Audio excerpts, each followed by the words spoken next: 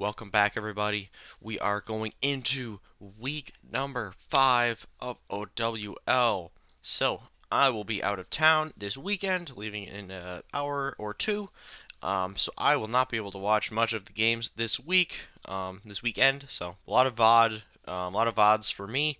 That being said, the recap I might push back to Tuesday, depending how much I can get watched early on. So, just letting you guys know, that's what's kind of going on.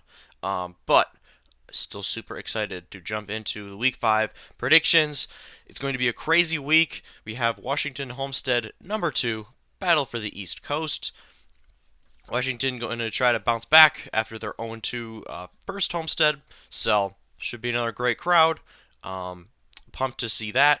Also, the other huge thing, we talked about it in the recap, we got the hero bans. No McCree, no Reinhardt. That is extremely significant. We saw Reinhardt and McCree on nearly every single map for the first 4 weeks.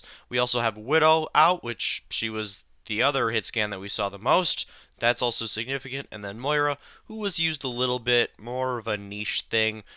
Shouldn't be as much of a big deal. But like I said, McCree and Ryan being gone changes almost everything. It's gonna make it's gonna make predictions quite hard, honestly.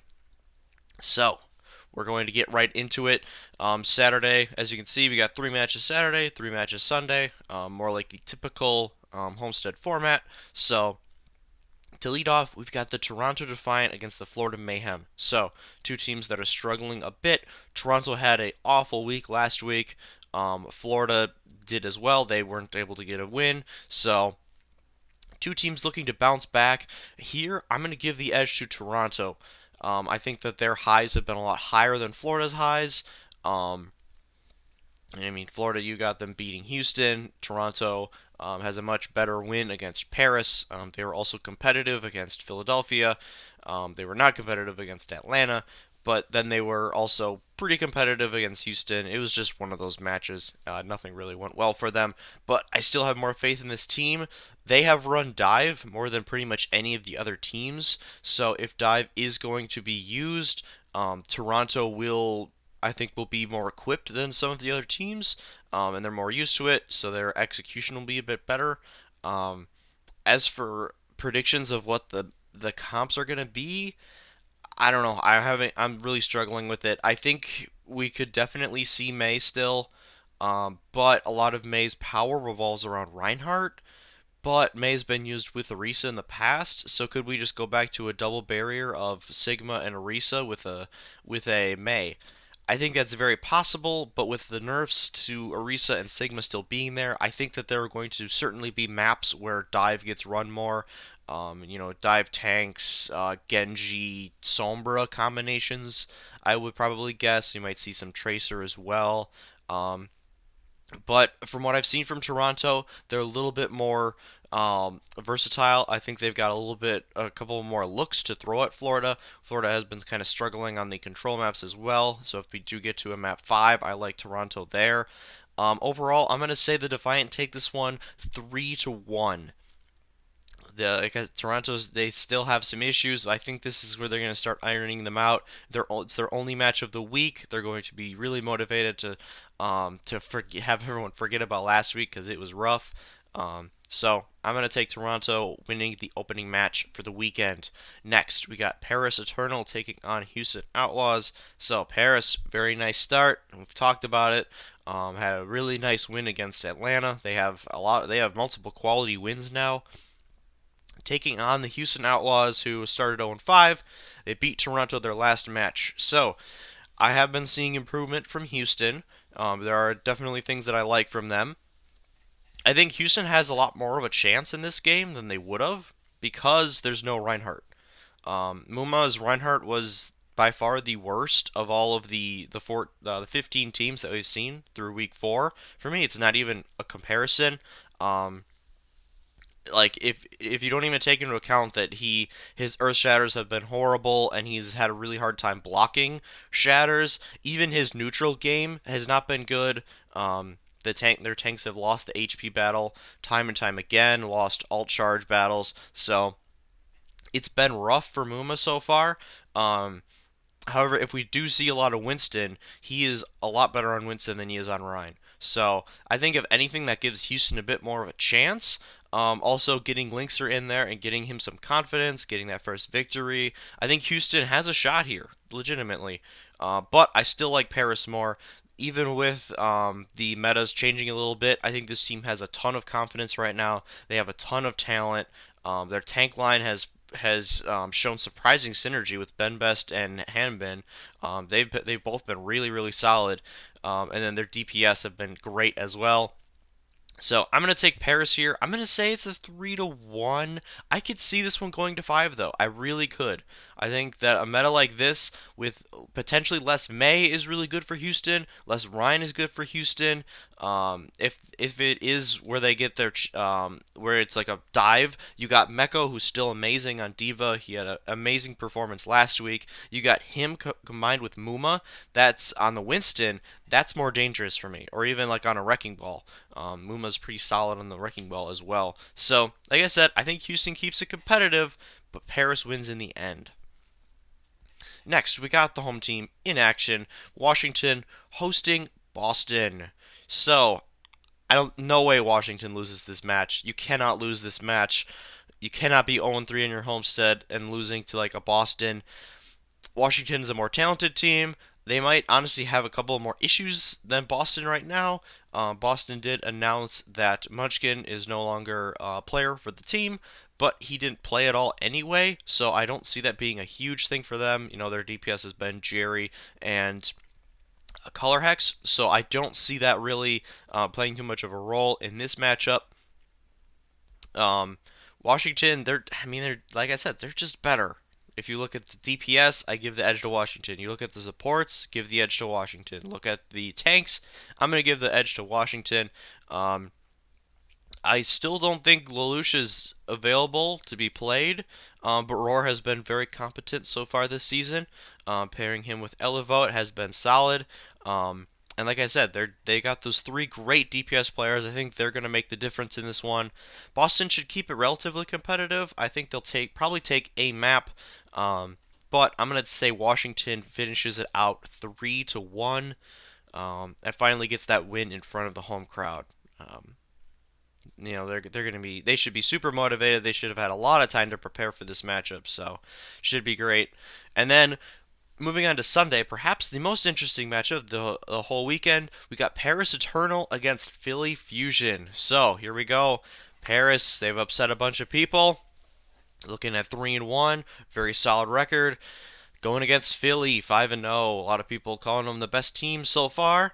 You know, for good reason. They're 5-0. You got to give them their respect for that. They've been able to clutch out maps when they've been close, and they've also 3-0'd some of the weaker teams. But I think Paris is probably the best team that they've played so far. Again, Sato on the Winston, he's fine. On the Orisa, pretty solid as well. We might see some Poco on Orisa, depending on what the comp ends up being. Maybe we could see like Fury and Poco at the two off tanks on like Sigma and Orisa. But again, I just don't know what the meta is going to be for this week. So that could change some things. But in the end, I like Philly here to clutch. But can Paris get them like they did for Atlanta? Can they get them in 4? I think that's possible. So this one, it's a flip a coin match for me. Both teams have performed well. They've both shown like clutch ability, and they've also both had some low points and some weaknesses. So I think that this is a highly competitive match. But I'm gonna go for an upset here. I think Paris takes this one 3-1, just because I think they're going to have a lot of time to prepare. They've had this week. Their coaching staff has seemed really solid so far this year, and I just think Philly has a couple of things that you can punish with them. The way that they position Carpe and put the resources into him, and also put them into Sato in the forefront. They almost want him to take damage. He soaks up so much damage, and it generates a ton of support ults for them. But I think that it is punishable with the right McCree player. We saw Surefour do it when Toronto played them, and they took them all the way to map 5. I think Xyz on Paris is just as good. as Surefour, so I think that they can do a very similar thing, and their tank cohesion and their support cohesion is a little bit better than Defiant right now. So I'm going to give them a real shot. I'm going to go out on a limb and say that they give Philly their first loss of the year in a very tight 3-1 match. Then we go on to New York Excel, getting their only match of the week in against the home team, Washington Justice. So I don't. That's weird because they've always had the host team go last on both days.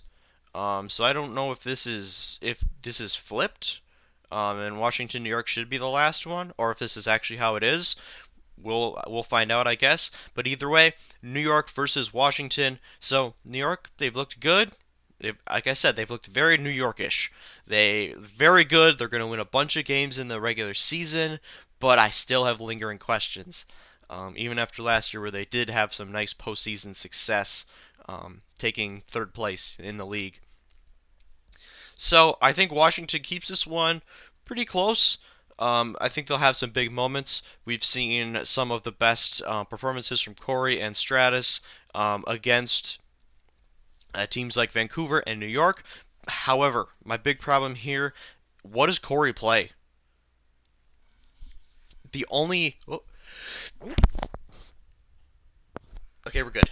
um, so the only heroes I ever see him on, it's like the Widow and then McCree this season, of course, and then Tracer.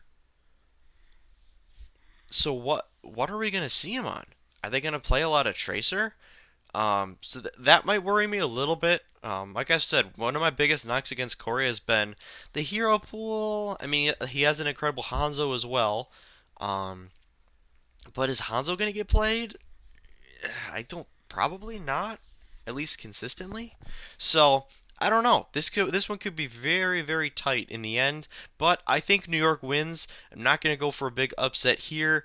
I'm going to say a 3-1 just because Washington they have very high talent. I've been saying this the whole year, but they have the little mistakes. I think another team that's done the similar thing is Toronto, where they just have small communication issues, like once or twice a map.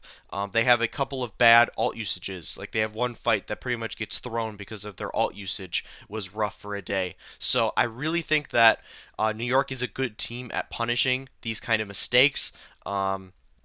But if Washington, can kind of counter their really flanky style, talked about this before, New York goes super hard on the flanks with Sabiolbi and occasionally Hotba as well. So Washington, if they could punish that, maybe they'll do really well. But if we have a lot of Tracer getting played as well, I like Sabiolbi a lot more than Corey on that hero anyway. So either way, I give New York the edge here. I think they're going to win it.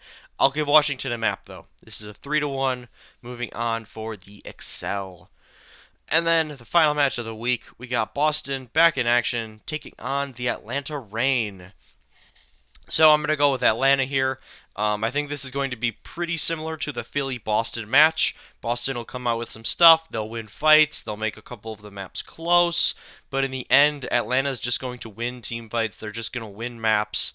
They're going to have better streaks. They're going to be better with their alt usage. They're going to clutch certain fights that they probably shouldn't win. And I'm going to say that they take it in the only 3-0. The only 3-0 I'm predicting. But we obviously could have 2 or 3 or 4 or 5. Who knows? But yeah, I'm gonna take Atlanta in a clean sweep here, up and down the roster. They're just better.